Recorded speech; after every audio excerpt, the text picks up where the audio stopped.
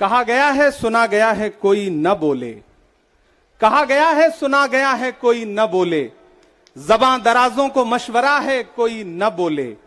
अजीब लुकनत पसंद हाकिम से वास्ता है, अजीब लुकनत पसंद हाकिम से वास्ता है, जो चाहता है जो सोचता है कोई न बोले। हिंदुस्तान वालों, फिर उसके बाद शहर में नाचेगा हू का शोर, फिर उसके बाद शहर में नाचेगा हू का शोर।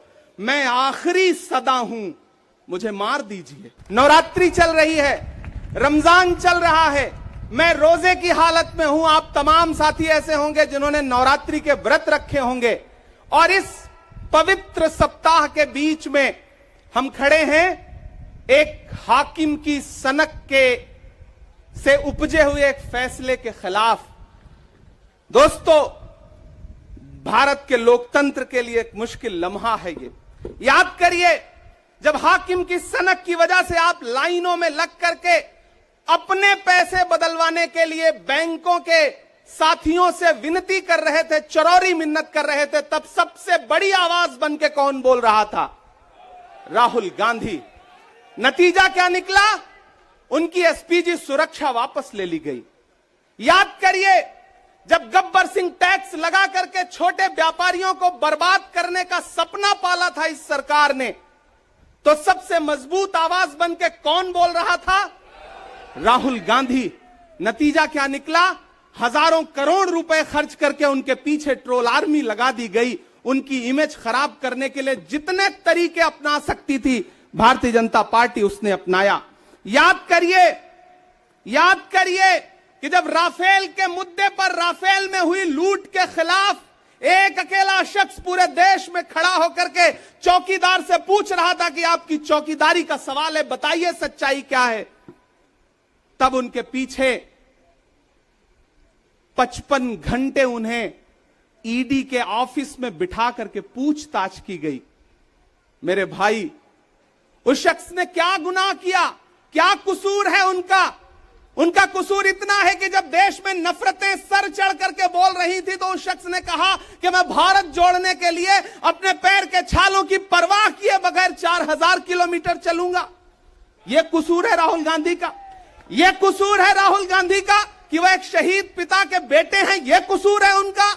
यह कसूर है उनका कि उनकी दादी ने इस देश की मिट्टी के लिए अपने खून का एक एक कतरा कुर्बान कर दिया। यह कसूर है उनका। आज भारतीय जनता पार्टी के लोग हाउस में खड़े होकर के, सदन शुरू होते ही 1 मिनट भी सदन नहीं शुरू हुआ रहता था, और खड़े होकर के राहुल गांधी माफी मांगो के नारे शुरू कर देते थे। किस बात की माफी? क्योंकि वो भारत जोड़ रहे हैं, वो लोकतंत्र को बचाने की बात कर रहे हैं। अरे भाजपाइयों, माफी तो आपको मांगनी चाहिए। 15 लाख के झूठे जुमले के लिए माफी मांगो, बढ़ती हुई महंगाई के लिए माफी मांगो, अच्छे दिन के झूठे वादों के लिए माफी मांगो, लोकतंत्र को कुचलने के लिए माफी मांगो, महंगाई के खिलाफ माफी मांगो, 400 का सिलेंडर 1100 रुपए करने के लिए माफी मांगो, 58 रुपए का पेट्रोल 100 रुपए का करने के लिए माफी मांगो, हिंदू को मुसलमान से लड़ाने के लिए माफी मांगो, सिख को ईसाई से लड़ाने के लिए माफी मांगो। माफी तो तुम मांगो।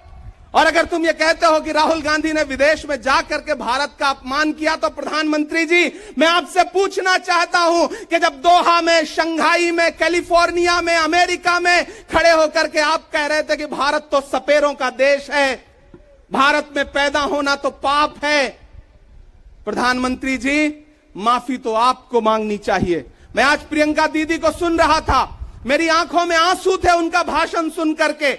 पिछले कुछ हफ्तों में 2 बार मेरी पलकें नम हुई। पहली बार तब हुई जब हम संसद भवन से तमाम सांसद निकल रहे थे, और एकाएक हमने सीपीपी ऑफिस में देखा कि राहुल गांधी जी को 2 साल की सजा दे दी गई।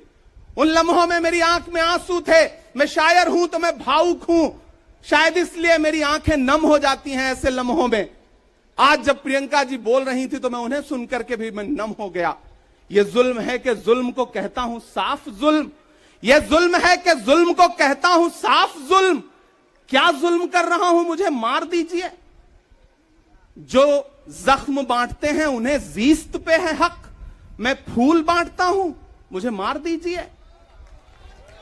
फिर उसके बाद मेरे भाई, इस देश के लोकतंत्र को बचाने के लिए जो सबसे बड़ी आवाज है इस देश के, उसको मारने की, उसको कुचलने की जो कोशिश है, उसके खिलाफ आपको खड़ा तो होना पड़ेगा, आपको बोलना तो पड़ेगा। मैं कभी कभी सोचता हूं कि जब मैं कभी समाधि पर जाऊं तो क्या मुंह दिखाऊंगा महात्मा गांधी को, मैं क्या मुंह दिखाऊंगा राजीव जी को, हम क्या मुंह दिखाएंगे इंदिरा जी को, कि उनके वारिस के साथ, उनके घर के चश्मो चिराग के साथ इस तरह की अपमानजनक बातें की जा रही हैं और देश खामोश बैठा है। सवाल आपसे है, सवाल यहां बैठे हुए लोगों से नहीं है, सवाल आपसे है जो आप कांग्रेस की मोहब्बत में यहां आए हुए। मैं आपको सलाम करता हूं, मैं जानता हूं आप राहुल गांधी जी से मोहब्बत करते हैं, कांग्रेस पार्टी से मोहब्बत करते हैं, प्रियंका दीदी के सम्मान में आए हुए हैं, खड़गे साहब के सम्मान में आए हुए हैं, मैं जानता हूं, वरना इस तपती दोपहरी में व्रत रख के, रोजा रख करके कौन परेशान होने के लिए आता। आपको मोहब्बत है पार्टी से, लेकिन नया पाने की चाहत में पुराना छूट जाता है। तुझे अपनाऊं तो मुझसे जमाना रूठ जाता है। मोहब्बत पढ़ने लिखने में बहुत आसान है, लेकिन मोहब्बत को निभाने में पसीना छूट जाता है। मैं जानता हूं कि आप पसीने के बीच भी, आप तपती दोपहरी के बीच भी यहां बैठे हैं। क्यों? क्योंकि आपके मन में पीड़ा है, आप देख रहे हैं कि लोकतंत्र को किस तरह से कुचला जा रहा है।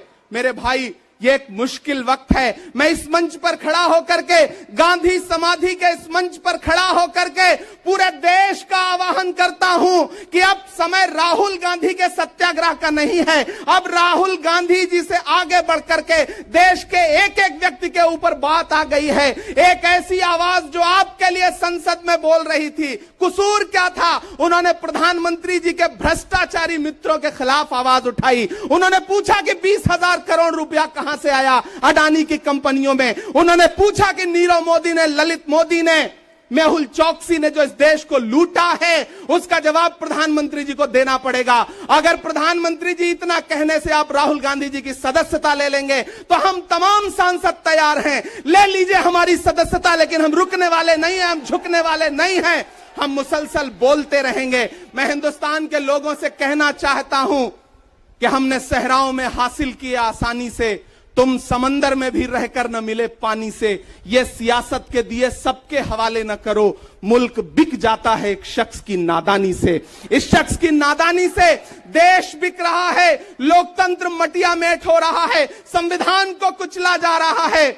और वो आखिरी सदा जो 7 फरवरी को गूंजी थी पार्लियामेंट में, उसको भी खामोश करने के लिए उसे संसद से निकाल दिया गया है। मैं देश से कहना चाहता हूं कि उन्होंने राहुल गांधी जी को संसद से निकाल दिया है। देश सुने इस बात को कि नरेंद्र मोदी जी और उनकी सरकार ने साम दाम दंड भेद इस्तेमाल करके राहुल गांधी को संसद से निकाल दिया है। अब देश के ऊपर फैसला है, उन्होंने संसद से निकाला है। देश के लोगों, राहुल गांधी को अपने दिल में रखो, अपने दिल में बिठाओ, निकलो पूरे देश में, करो सत्याग्रह। देखते हैं इस हुकूमत की तानाशाही में कितनी ताकत है। अगर कांग्रेस का एक एक कार्यकर्ता जो अपने घरों पर कहीं बैठा हुआ है, मैं उससे भी आह्वान कर रहा हूं कि राहुल गांधी से बढ़कर के ये मसला इस देश के लोकतंत्र तक आ गया है, इसे बचाइए। और राहुल जी शायद अपने घर पर होंगे, यहां हम हजारों की तादाद में उनको समर्थन देने के लिए जुटे हैं। मैं तो बस इतना कह रहा हूं कि मेरे भाई, आपको एक बात समझनी है, और वो ये है कि इस मुश्किल वक्त में हमें राहुल जी से ये कहना है कि लहू में भीगे तमाम मौसम गवाही देंगे कि तुम खड़े थे।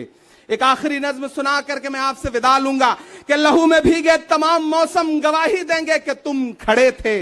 शहर का सूरज गवाही देगा कि जब अंधेरों की कोख से निकलने वाले ये सोचते थे कि कोई जुगनू बचा नहीं है, तो तुम खड़े थे, तुम खड़े थे।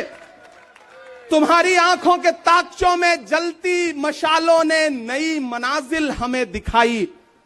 तुम्हारे भाई, तुम्हारी बहनें, तुम्हारी माएं, तुम्हारी मिट्टी का जर्रा जर्रा गवाही देगा कि तुम खड़े थे। हमारी धरती के जिस्म से जब हवस के मारे ये सोचते थे कि सियाह जोंकों की तरह चिमटे, तो तुम खड़े थे।